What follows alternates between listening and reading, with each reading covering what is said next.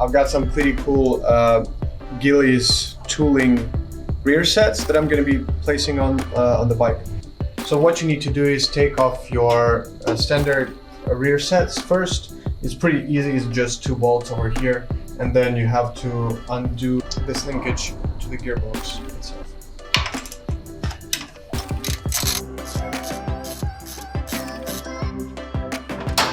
For this linkage over here, there is a little clip because if you try to pull it off, it won't work.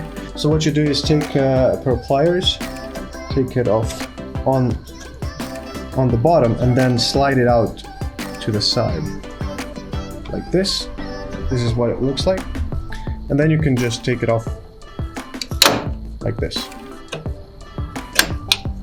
There you go.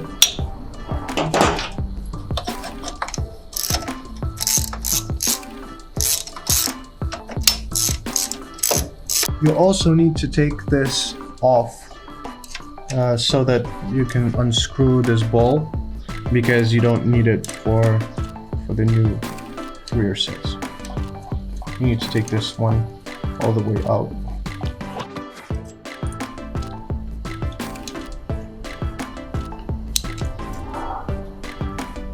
Just unscrew it. It has 8mm notches here, so you can just unscrew it.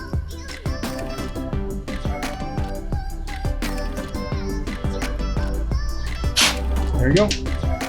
We put this back in its place.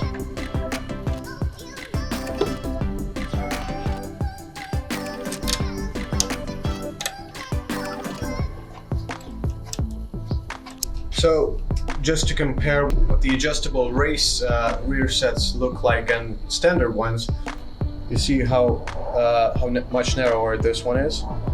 Plus, these are really light. They are much lighter than these, which was also a nice surprise for me. These are adjustable rear sets, and there is so much adjustability in here. You can see that this linkage over here can be placed in 3 parts over here.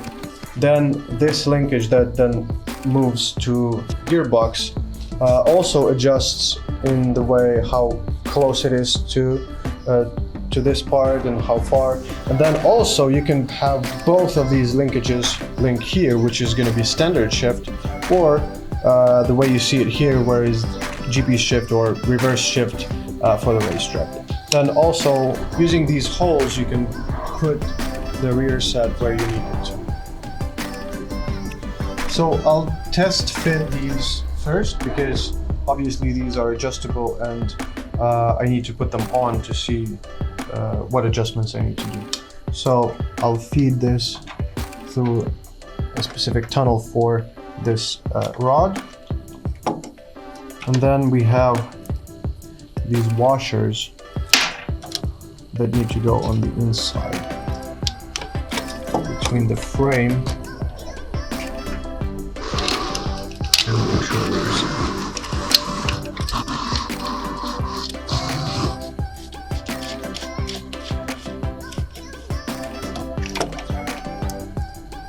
It's always a good idea to put some thread locker, because there's going to be a lot of vibration here, and it's never a bad idea to have some more security. And then you just put another screw that will screw in the place where the ball used to be.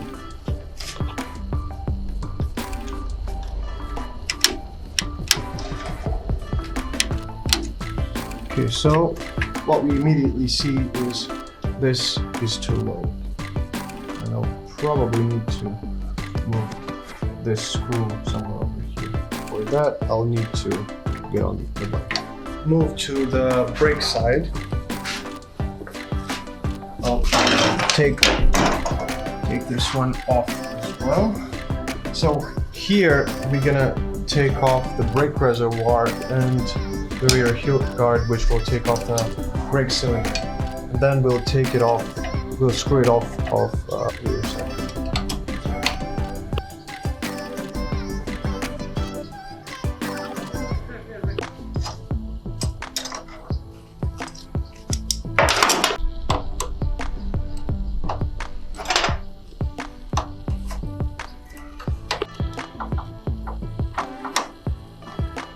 So broke free the brake cylinder.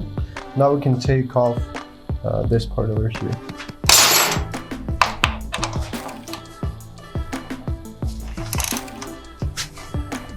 Okay, so when you take it off, there's obviously the brake switch, which we actually don't need, but we'll just keep it because it's going to be hard to disconnect it.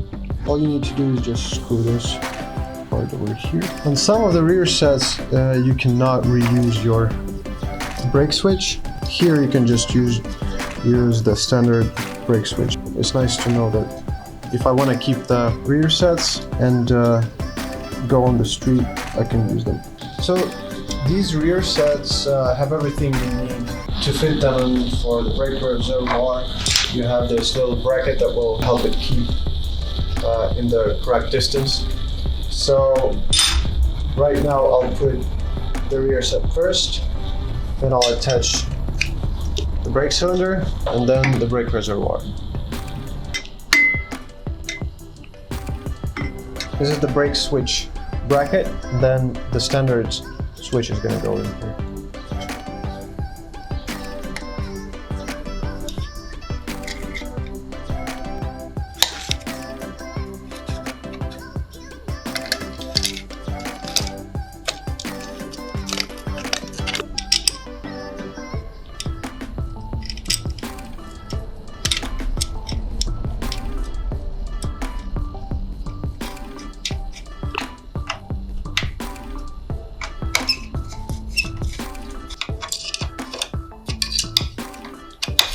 Then I can adjust using this nut over here how low or how high the brake lever is going to be.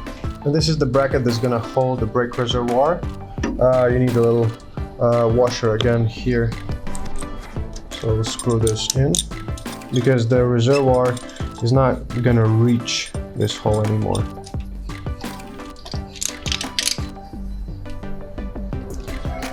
There is a self-locking nut with a nylon insert. And so once everything is adjusted, you just put the heel guard on, which is pretty easy.